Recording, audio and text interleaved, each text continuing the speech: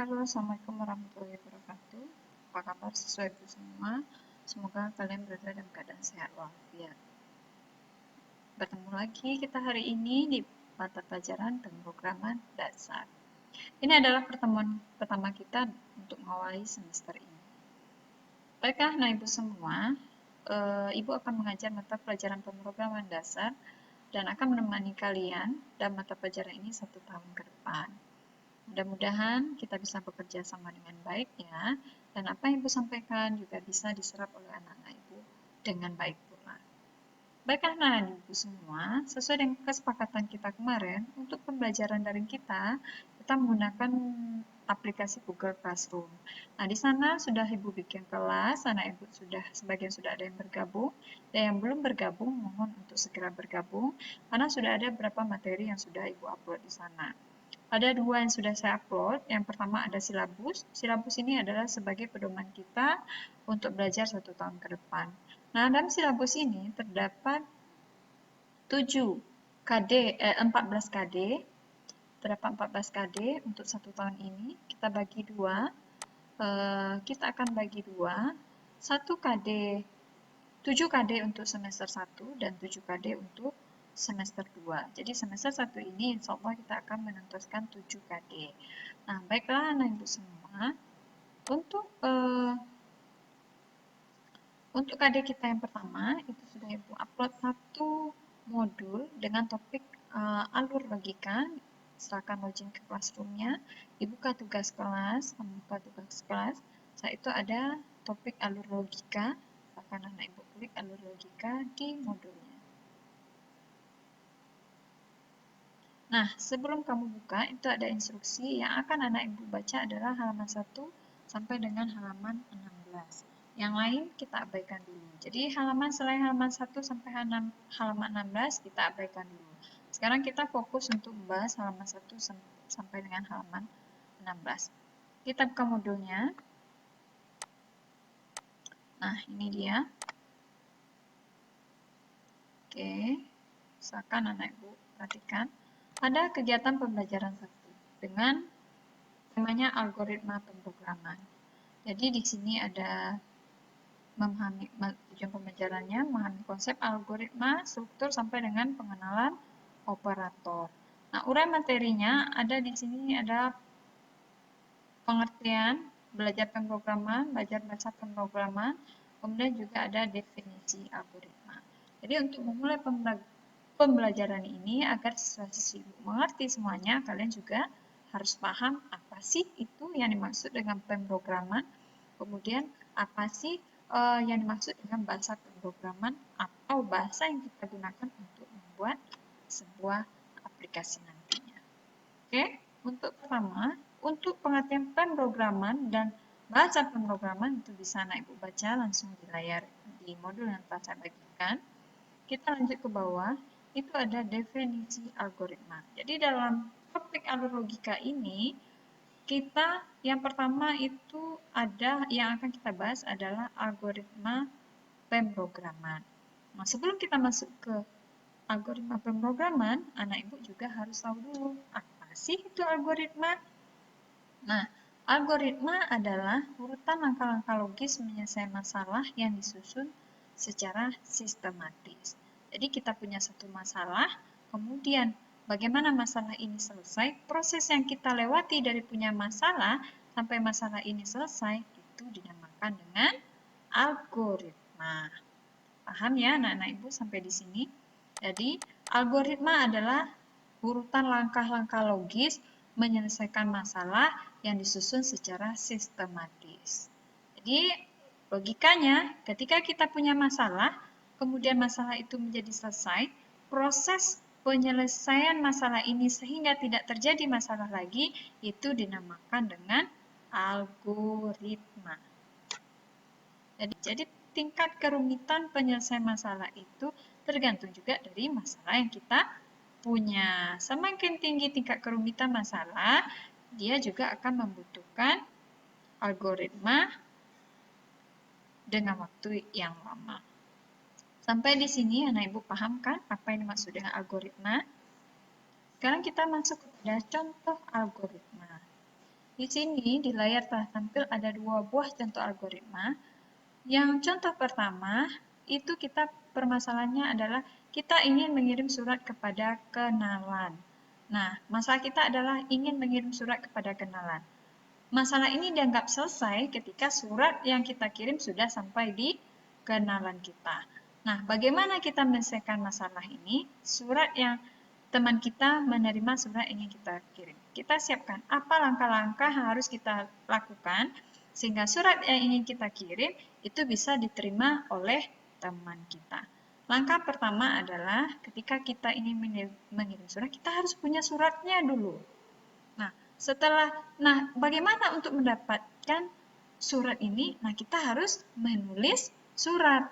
Nah, menulis surat ini apa yang kita butuhkan? Nah, kita membutuhkan peralatan tulis. Jadi, langkah untuk sebuah algoritma itu harus berurutan, tidak boleh terbolak-balik. Atau langkah pertama ke langkah awal, kemudian langkah tengah, atau langkah tengah pindahkan ke awal, itu tidak boleh.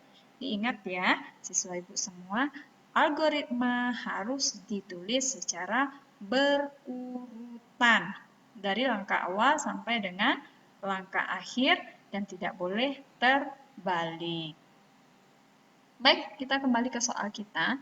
Ingin mengirim surat kepada kenalannya. Apa langkah pertama yang harus kita siapkan? Yang pertama adalah menyiapkan peralatan tulis. Setelah kita punya peralatan tulis, baru kita bisa menulis surat. Jadi kita sudah punya peralatan tulis, langkah berikutnya adalah kita menulis surat. Kemudian setelah surat ditulis, apa harus kita lakukan lagi sehingga surat ini bisa nanti diterima oleh teman kita? Memasukkan ke dalam amplop tertutup. Setelah masuk ke amplop, apakah surat ini bisa langsung diterima oleh teman kita? Tentu saja tidak. Jadi langkah selanjutnya adalah amplop ditempeli perangko secukupnya. Setelah amplop kita tempeli perangko secukupnya, apakah surat ini sudah bisa diterima oleh teman kita? Tentu juga belum bisa. Langkah selanjutnya adalah pergi ke kantor pos terdekat untuk mengirimkannya. Nah, pertanyaannya sekarang adalah, apakah dengan memasukkan surat ke kantor pos dan mengirimkannya, surat itu bisa nantinya diterima oleh teman kita? Apa jawabannya? Nah, benar sekali. Jawabannya adalah surat tersebut sudah bisa diterima oleh kenalan kita.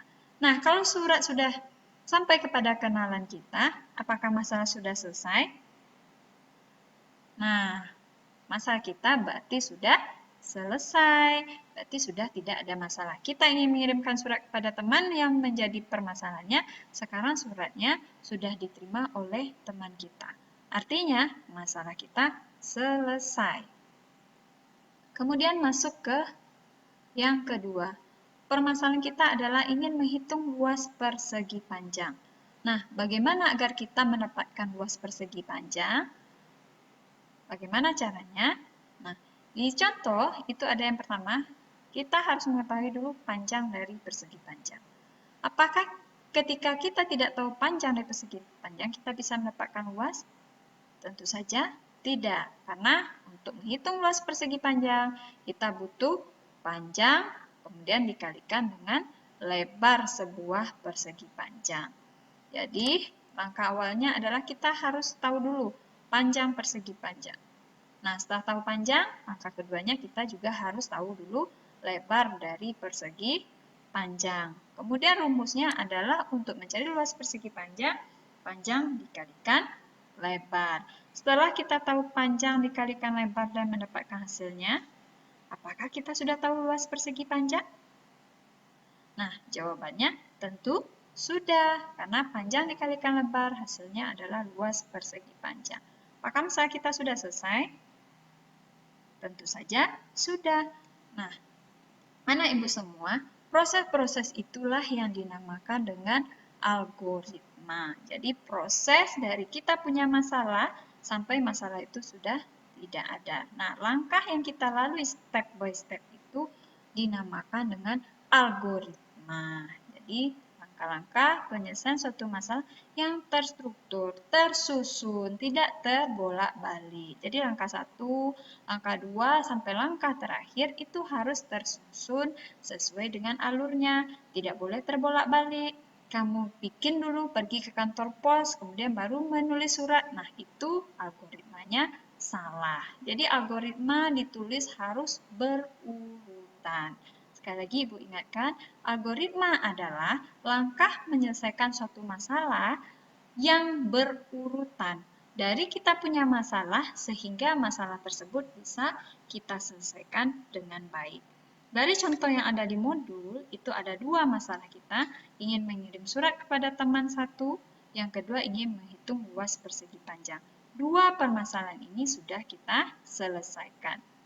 Oke, sekarang tugas anak ibu, silakan kamu bikin di buku catatannya, bikin 5 buah algoritma sederhana yang ada di lingkungan sekitar kamu. Algoritmanya yang ada di sekitar kamu. Boleh apa saja, yang penting kamu punya masalah kemudian selesai. Ibu contohkan satu ya, misalkan masalahnya ingin membuat teh. Apa algoritmanya? Yang pertama, siapkan gula, kemudian cangkir, masukkan gula ke dalam cangkir, masukkan teh, seduh dengan air panas, kemudian diaduk. Nah, di proses itu, proses dari mana kita ingin teh sehingga tehnya bisa kita sajikan. Itu kita sudah melakukan algoritma. Paham ya sampai di sini? Nah, sekarang silakan anak ibu buat, tulis di buku latihannya atau buku catatannya 5 buah algoritma sederhana yang ada di lingkungan sekitar kamu. Sampai di sini paham ya? Nah, silakan kerjakan tugasnya. Sampai bertemu kembali minggu depan. Assalamualaikum warahmatullahi wabarakatuh.